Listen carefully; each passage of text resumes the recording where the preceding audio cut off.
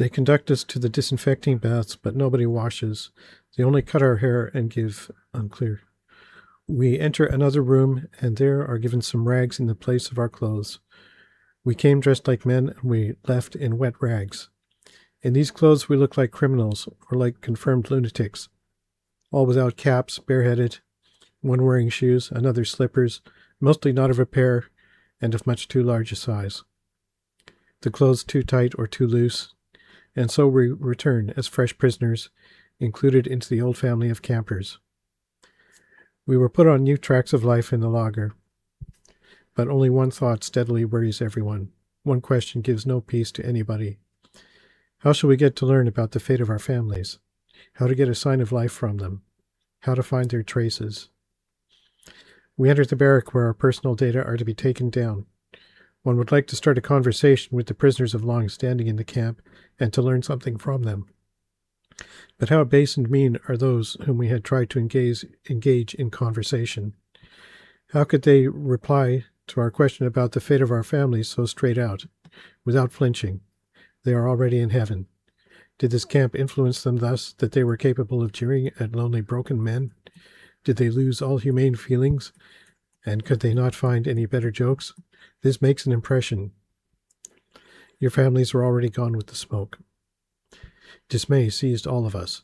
The very sound of these words made our flesh creep. Your families are no longer alive. But this is not at all possible.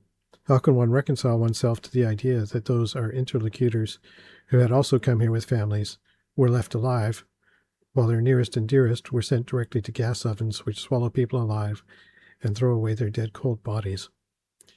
Our interlocutors would not, surely, have been able to talk on this subject. They would not have found words even. They would not have found any quiet spot in the world for them. The harassing feeling of hunger becomes more intensive, and man gets more faint in the face of his greatest enemy. Hunger leaves nobody in peace, and does not permit us to think of anything else. We were given some food, and this had partly stilled our bodily unclear.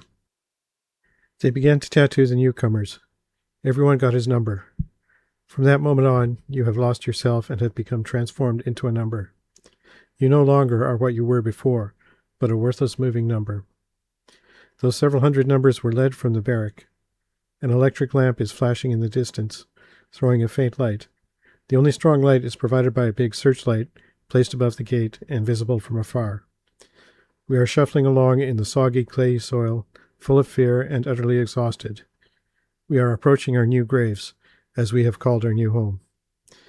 Before we had shuffled to the new place, before we had drawn in a breath of air, some of us got knocked on their head with clubs. Blood was already flowing from broken heads or maimed faces.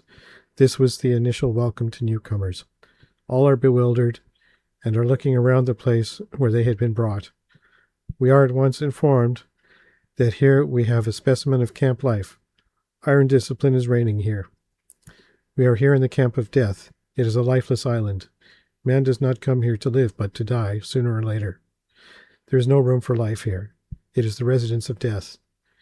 Our brain has grown dull. The thoughts are numbed. It is not possible to grasp this new language.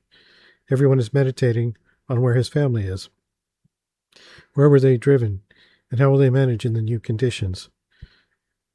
Who knows how the mortally frightened children will behave, seeing how their mothers are being maltreated?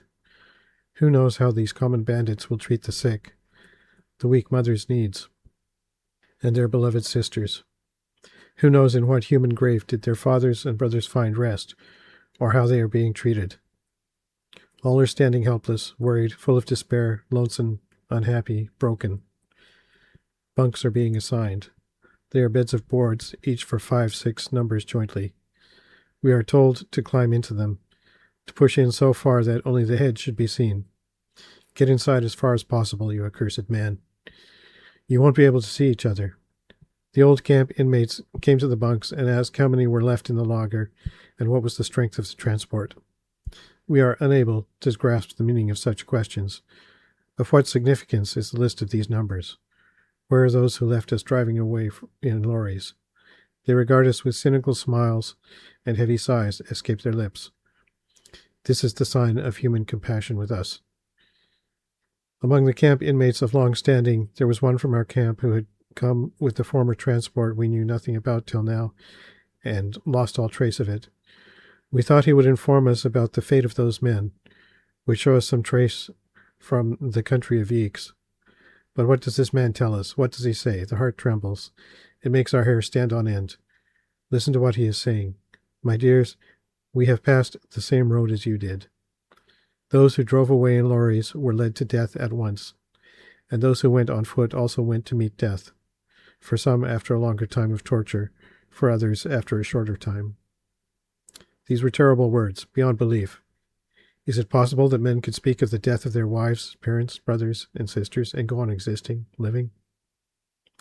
A not quite certain thought assails us that these men, living in the savage and cruel atmosphere of the camp, find pleasure seeing their fellow men also plunged in pain and despair. They probably find comfort in the fact that others also suffer. They would like thus to augment the number of suffering and compassionate people.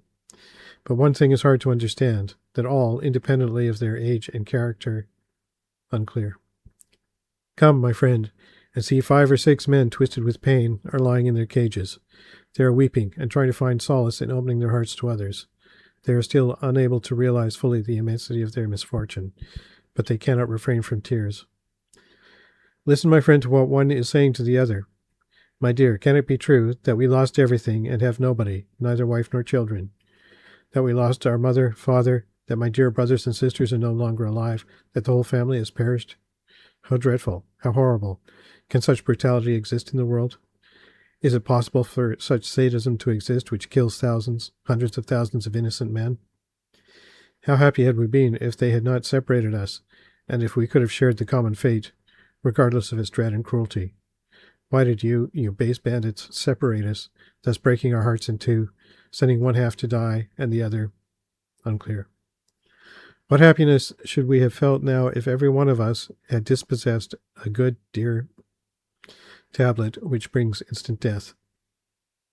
How happy had we been if we had been able to sink into a sweet, eternal slumber which would offer every one of us final rest, a slumber in which we might have reached the place of sojourn of our beloved families, and so would become united with them forever. Meditations and talks, full of despair, broke off. One of the prisoners got a mighty knock on the head, which he had thrust out from the cage too far. The pain of my new brother reminded all of us of our lot. One began to consider how to avoid additional sufferings for oneself and for those who were still alive. A new camp father came to our bunks, a tall, stout, fair-haired man who turned to us newcomers with an amiable smile. Children, you should know that I, whom you see before you, I am your unclear. Die in horrible suffering, unclear. Remember that you are in an extermination camp. People do not stay alive here for long. Conditions are very hard, and there is an iron discipline. Forget everything that does not concern you personally. Then you will be able to subsist somehow. Abandon all care for your family. This is the first commandment of camp life. If you are barefooted, you will soon be liquidated. Take care of cleanliness, though it is a question whether you will be able to preserve cleanliness after a hard day's work in the camp. Yet you should try it. This is the end of my speech. Good night, my dears. We were not greatly impressed by this speech. It is not possible to make us afraid of death any more. It would not mean unhappiness to us. One part, however, had stuck in our memory. These were the directions which could be useful and could save our bodies additional suffering and torture. The latter frightened all of us. Everybody wanted to escape torture before he died. The speech brought comfort and scared us at the same time. It comforted by its tone and scared by its content. God knows what kind of work is awaiting us. Through what hell shall we have to pass before we reach the last moment of life? Who knows? All are plunged in an abyss of despair and pain. Beautiful singing in a man's voice is heard. And what is this? Here in this cemetery, a song about life? Here in this island of death, the voice of life is still heard? Here in this extermination camp, people are still able to sing. Are there such interests too? How is it possible? We seem to have come to some unreal world. A bell is heard, a sign that the time of rest has begun in the camp. Confusion in the block. All are running about, trying to dig themselves into their lairs. What is the matter? Fat room seniors have suddenly burst in. They are to take the place of our mothers, wives, and sisters. They hurl themselves with big, thick clubs upon the horrified living ghosts, exhausted after a day's work. What do they want with them? Why do they torment them so? Why do they beat them so dreadfully, striking right and left for no reason at all? Here they are inflicting wounds. There they are breaking heads open. And what is more, one is not allowed to say a word. If you try to oppose them, they stretch you on the ground in a scandalous manner.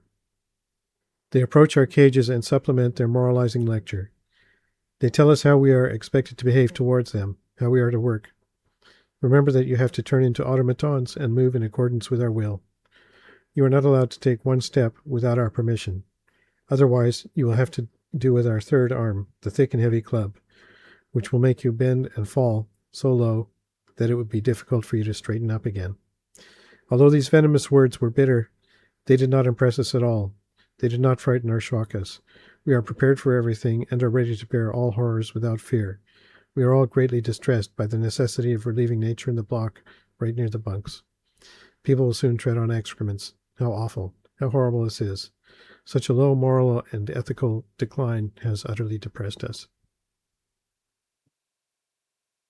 This is your reader speaking to you in the year 2026. I will stop reading here. It's worth reading more. Look in the description of this upload to find how to do that.